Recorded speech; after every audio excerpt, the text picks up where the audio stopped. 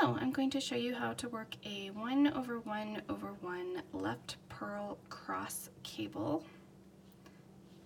I'm going to start by placing the first stitch on a cable needle and holding it to the front. Place the second stitch on a cable needle and hold it to the back. Knit into the back loop of the third stitch.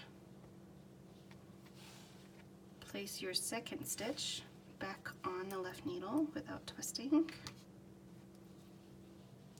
and purl. Place your first stitch back on the left needle without twisting.